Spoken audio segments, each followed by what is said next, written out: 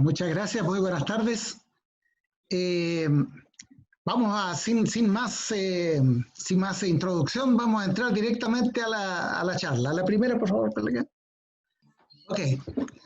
Bueno, el contenido de la presentación, una pequeña introducción, un marco, y enseguida vamos a entrar a lo que es programa de pruebas de lixiviación clorurada.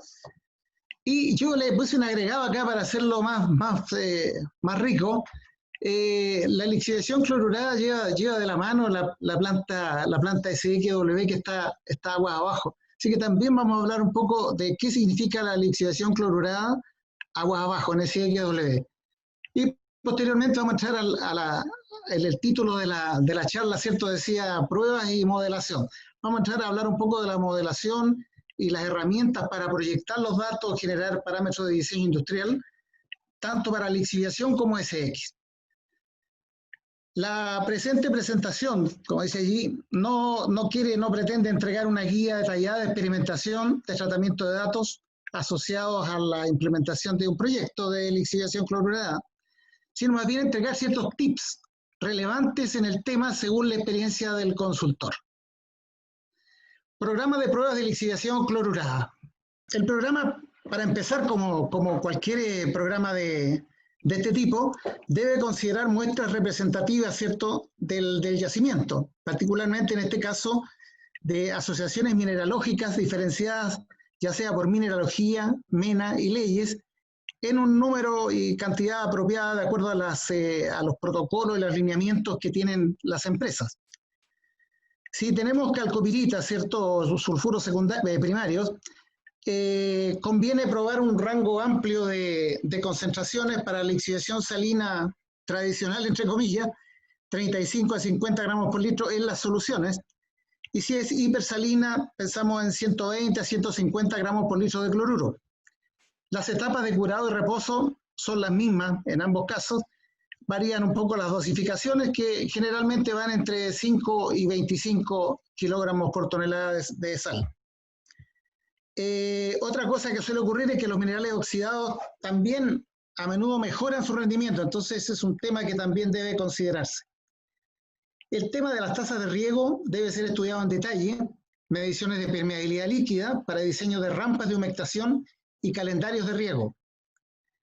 Otra cosa importante es considerar el impacto de la aireación en el proceso, estableciendo relaciones entre la permeabilidad gaseosa y el contenido líquido, la humedad, para respaldar el diseño del sistema de aireación. Todas son pruebas que deben estar consideradas dentro de un programa integral. Los viejos tratan de tener un beneficio lo más pronto posible y le ponen dosificaciones muy altas de cloruro pensando básicamente en la materialidad. Pero debemos acordarnos que la cantidad de sal que uno agrega tiene relación con el cloruro al cual tiende en el equilibrio. Entonces no es cosa de ponerle cualquier cantidad, tiene que haber una compatibilidad entre los niveles que yo espero tener una vez que la operación se estabilice, que puede ser en unos años, y lo que estoy agregando al sistema. Otras pruebas de interés, estudios o ensayos geotécnicos, geomecánicos, hidrodinámicos, neumáticos, permeabilidades saturadas y no saturadas, humedad de reviente, drenaje, ensayos de consolidación, ensayos triaxiales, contenido líquido crítico versus propiedades cortantes, ángulo de fricción interna, cohesión.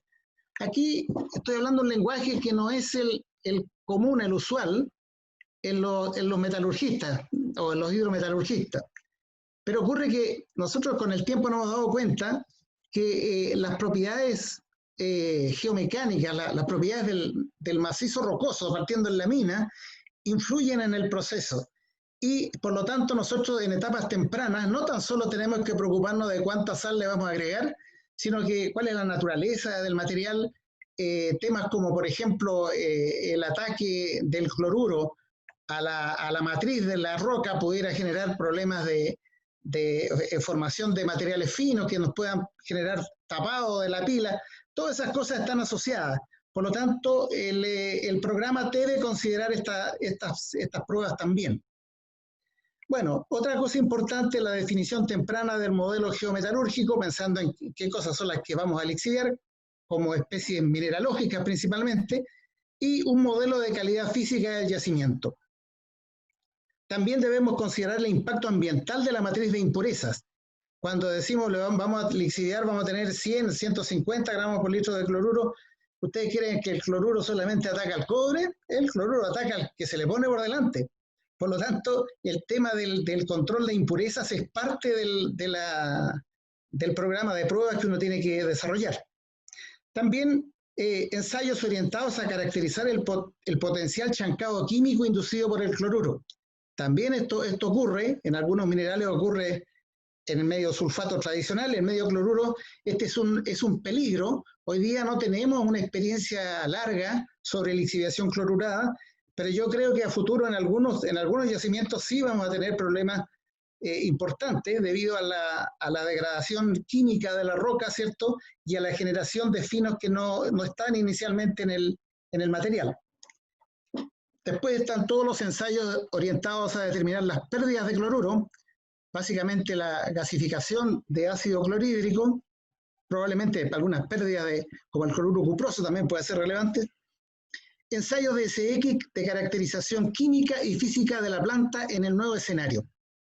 Y lo otro importante cuando se trata de estos proyectos que están tratando de adoptar la lixiviación clorurada es apoyarse en datos industriales, mediciones directas tanto en la planta de lixiviación como en las plantas de SXW.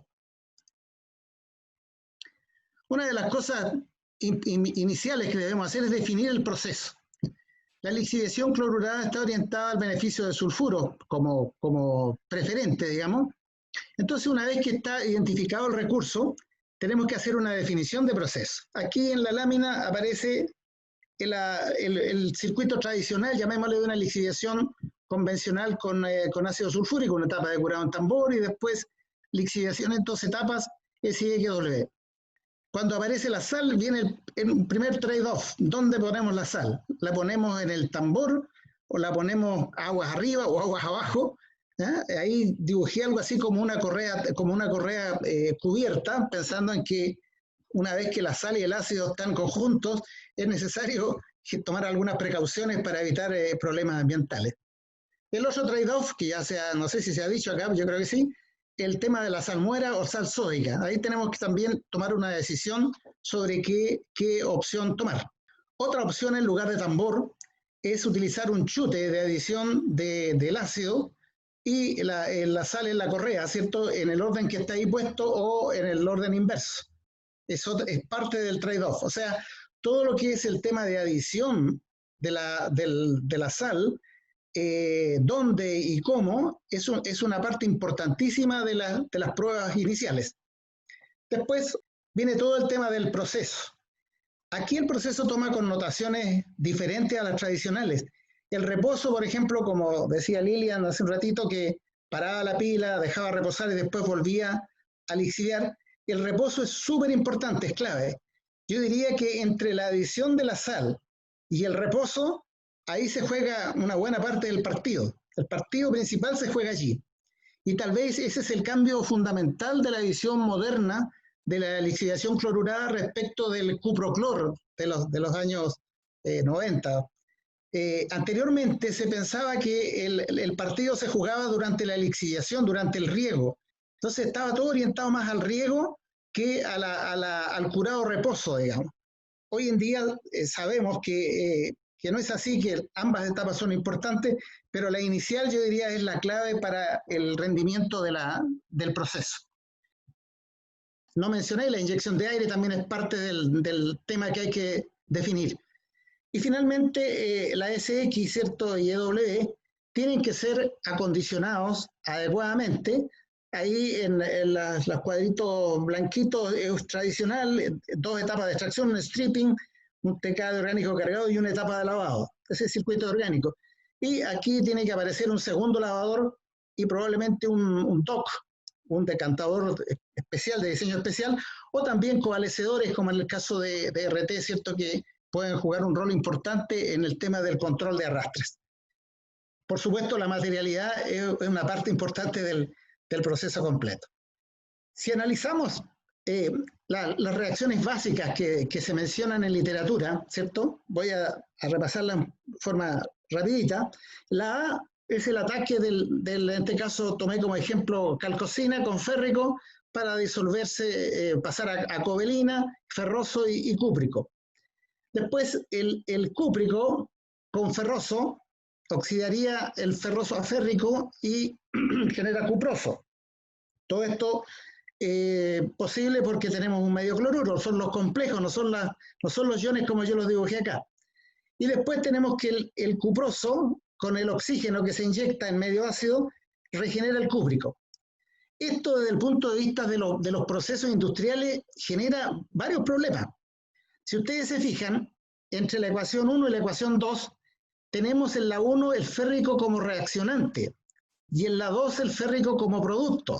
Entonces la pregunta es, si yo tengo una alta concentración de férrico, ¿ayuda o perjudica? Inmediatamente, sin mencionar el tema de la pasivación, uno se da cuenta que este es un proceso de compromiso, que tiene que haber una ventana de proceso, como dice ahí abajo, que sea la más adecuada para maximizar la disolución del cobre. De igual forma, el cobre también genera problemas porque en la reacción de disolución desde los sulfuros, el cobre más 2 es un producto y ocurre que desde el punto de vista de la reacción para regenerar férrico es un reaccionante. Entonces, de nuevo, si le pongo poco cobre en solución, el IPLS que mencionaba uno de los colegas por ahí, si le pongo poco cobre, va a reaccionar lento. Pero si le pongo demasiado, también va a reaccionar lento. Entonces, de nuevo, es un mecanismo de reacción complejo desde el punto de vista de manejo operacional en la planta. Y otro tema importante es la disolución de impurezas y el chancado químico de la roca que ya mencioné. Otras reacciones de interés. El sulfato, el medio sulfato, el ácido, ¿cierto?, puede disociarse, estar en equilibrio con bisulfato y con sulfato. Y la especie preponderante es el bisulfato. O sea, parte del ácido que yo le agrego está escondido, está debajo del sulfato, como bisulfato. Y solamente lo que uno ve en términos de pH es el protón libre, principalmente. El medio cloruro eso no ocurre y hay una liberación mayor o completa del ácido y por lo tanto para las mismas dosificaciones aparecen concentraciones mucho más altas. Entonces, eso es una de las cosas relevantes. Más abajito, la del ácido clorhídrico, que ya lo mencionamos, que es muy volátil, por lo tanto es una fuente de pérdida y tenemos que controlar las lucas que se gastan en la adición de sal.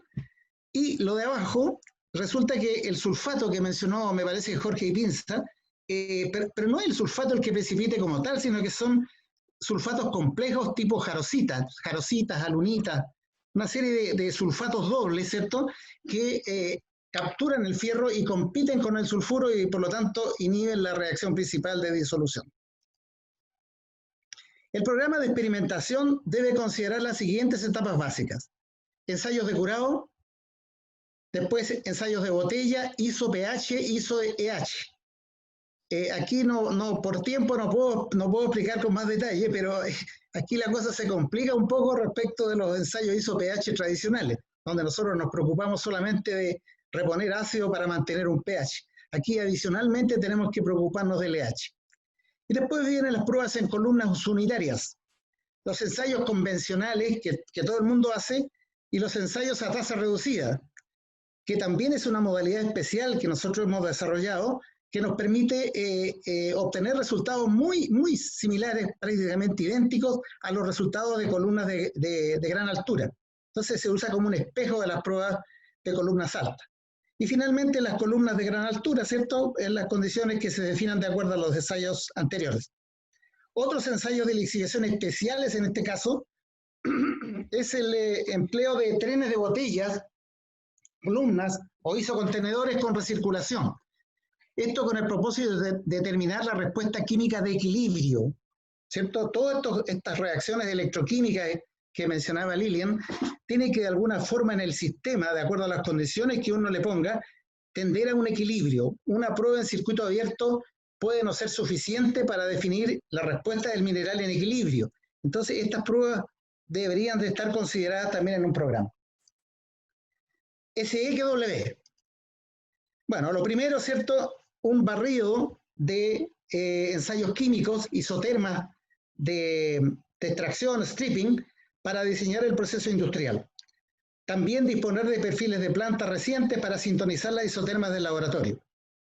Ensayos físicos, ensayos de separación de fases bajo condiciones controladas, pilotajes en flujo continuo, mediciones de separación de fases en planta, caracterización físico-química, las variables clásicas, y abajo puse como referencia algunos modelos matemáticos, ya que es parte de esta charla, que son útiles en la SX. Nosotros manejamos 3 modelos. El modelo químico de eficiencia SX, que es el tradicional, basado en las isotermas. El segundo modelo es un modelo fluido dinámico de Mixer-Settler, que nos permite estimar el tema de los arrastres y de las contaminaciones con cloruro. Y el tercero es un modelo de degradación del extractante. El extractante en un medio cloruro, hoy día no está muy claro en una operación de largo plazo si pueda tener una degradación más intensiva o no. Por eso es que es un tema que hay que estar atento y eventualmente abordarlo. También en estos últimos par de años nos hemos dedicado a desarrollar nuevas tecnologías de medición en plantas de SX, medición de campos de velocidad tridimensionales, niveles de arrastre a O, que siempre es un problema por la representatividad de las muestras que uno toma, y distribución de tamaños de gota, que también es un tema súper importante que hoy día en general no se conoce. En el proyecto de Saldívar abordamos la parte de reforzamiento de parámetros de diseño de esta manera, quedaron muy conformes. Yo veo que hay una oportunidad aquí de mejorar los diseños. Abajo se ve, hay 12 diagramas de contorno. En el de la izquierda, en la capa superior del orgánico del lavador W1, y en la capa inferior del orgánico, o sea, el mismo orgánico, pero la parte de abajito. ¿Y qué se observa? Que en este caso, en la izquierda, se ven unos colores azules en la parte de abajo, que es la entrada. Ahí el flujo, en vez de avanzar hacia adelante, está avanzando hacia atrás, flujos negativos. Y por abajo se ve muy rojito en esa misma zona. O sea, en este caso, había una zona estanca, probablemente porque había borra, y el flujo estaba pasando preferencialmente por debajo. Imagínense si la mitad de esa zona está con borra en la parte superior y el orgánico está pasando por abajo, la velocidad es mucho más alta. Entonces, las velocidades que uno considera a la hora de interpretar el tema de los arrastres pueden ser muy distintas a las que uno calcula, ¿cierto?, como caudal partido por área, para calcular la velocidad. Modelación y lixiviación. Bueno, disponemos de un modelo también, este daba una charla entera sola, digamos, un modelo de lixiviación que básicamente, como dice a la derecha arriba, se basa en ecuaciones de continuidad, momentum y cinética química con condiciones de contorno adecuadas. ¿Para qué sirve? Escalamiento, la recuperación y el consumo de lixiviantes, estimación de ramp-up, de implementación gradual de lixiviación clorurada, simulación de programas de mina y estimación de programas de producción, además de diseño, optimización y control. El escalamiento de las pruebas pequeñas, ¿cierto? Se generan resultados que son escalados con estos modelos y desde allí proyectados a la pila industrial. Es muy importante, colegas, yo ahí me siento un poco como padre de esto, ¿eh? Yo he metido los modelos fenomenológicos en muchos lados y particularmente en la lixiviación. Y hoy en día puedo decirles, me siento orgulloso que, por ejemplo, la guía corporativa de geometalurgia de Codelco Chile nombra explícitamente los modelos fenomenológicos como una herramienta importante para usar en sus proyectos. Lo mismo las guías ADS de AMSA también los nombran de forma explícita. Aquí tenemos un ejemplo. Uno hace las pruebas de columna, modela tanto la parte hidrodinámica como la parte metalúrgica, hidrometalúrgica. El escalamiento, la parte más crítica es el escalamiento por dispersión de flujo, porque en una columna el líquido está obligado a pasar por una sola parte, en la pila no. Hay un procedimiento que al lado ahí con esas patas de gallo, ahí se explica cómo se hace, pero hay una forma dura de cómo hacer el escalamiento del flujo. El escalamiento geotécnico. Por ejemplo, un mineral alterado va a generar niveles de líquido dentro de la pila que exceden el límite seguro. Ese es otro tema que también tenemos que abordar y es parte del puzzle. Y aquí hay un ejemplo industrial. Primero, en los primeros cuadros está la sintonización del modelo a la operación existente. Estos son varios años. No pude poner los valores por razones obvias porque es confidencial la información. No tengo autorización para mostrarlo. Donde está la línea azul, de ahí para adelante se empezó a agregar sal. Y se ve cómo el modelo se acomoda, ¿cierto?, tanto a las concentraciones de cobre en solución, el cobre en la solución intermedia, y abajo está el cloruro también, cómo se fue subiendo, ¿cierto?, a partir de la adición de sal. Aquí tenemos ya ahora como predicción los caudales, de acuerdo al plan, cómo se van a bajar los caudales a un cierto nivel, qué pasa con las concentraciones, están predichas, qué pasa con el ramp-up de cloruro, aquí se ve cómo va a ir subiendo hasta llegar a un valor, en este caso, de plató, y después decae. Esto está hasta el año 30 y tanto, me parece. Y en la última lámina abajo está la predicción de los programas de producción. En el caso de la SX, la parte química con la isoterma, esa cosa, está en el bolsillo. La parte física es la más importante. Aquí disponemos de herramientas de modelación dinámica que nos permiten estimar los niveles de cloruro para diferentes condiciones de entrada al implementar el proyecto de lixiviación clorurada. Básicamente se modela el circuito completo y se obtiene el balance de cloruro. Aquí vemos un ejemplo, datos industriales son estos, arriba, ¿cierto?, a la izquierda del modelo, la entrada de cloruro, o sea, el cloruro en la entrada de la celda de electroobtención, el modelo anda perfecto, en la salida del agua lavado, perfecto.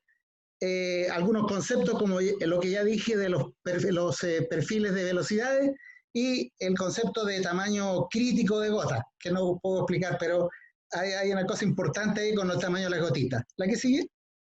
Y finalmente de todo esto uno puede proyectar ahora no los resultados de lixiviación, sino de la planta SX.